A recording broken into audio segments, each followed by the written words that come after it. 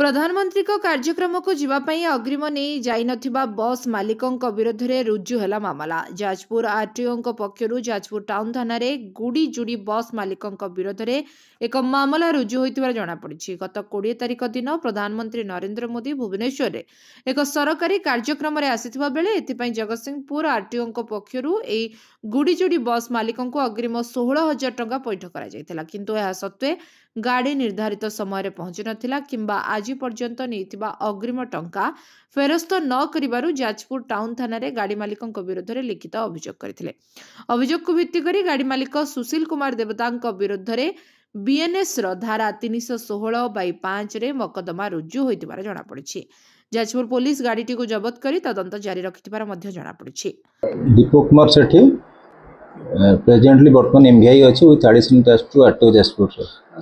प्रधानमंत्री कार्यक्रम जून 20 तारिख रे जनता मैदान भुवनेश्वर रे थिला, तो से लगी आम जाजपुर आमर जिले में 31 टी बस देइथिलु रिक्वेस्ट करूँ से कार्यक्रम जोगदेवाई।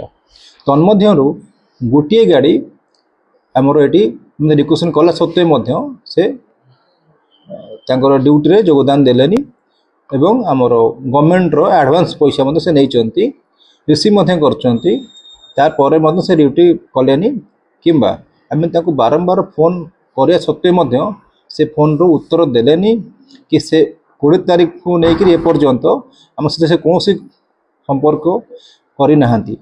तो से लगे बाध्य होई से गाड़ी विरुद्ध रे आम एक एफआईआर लॉन्च करचे जाजपुर पुलिस थाना रे। तो एफआईआर करिचे, एफआईआर सत्वे से भी एपर्यंत आमको किसी इनफर्मेशन करना, तो से आमको लिखित अभियोग किसी रिप्लाय देले तार उत्तर संतोषजनक हुए तापर तार कौन विहित कार्यानुष्ठान हम देखिए प्रोसेसिंग कर। जेहेतु सरकार को पैसा आत्मसात करचंती एवं तार सत्वे से कर्म योगदान देना कि आमको से एपर्यंत संतोषजनक उत्तर देना, तो आम तो एफआईआर करिचे, तो पुलिस पदक्षेप नेउचंती। जाजपुर रु आम 31 टी गाड़ी रिक्वेस्ट करते तन्मध्य गोटे गाड़ी योगदान दे नथिले एवं से एडवांस नहीं पुलिस पाखे एफआईआर लॉन्च करছে।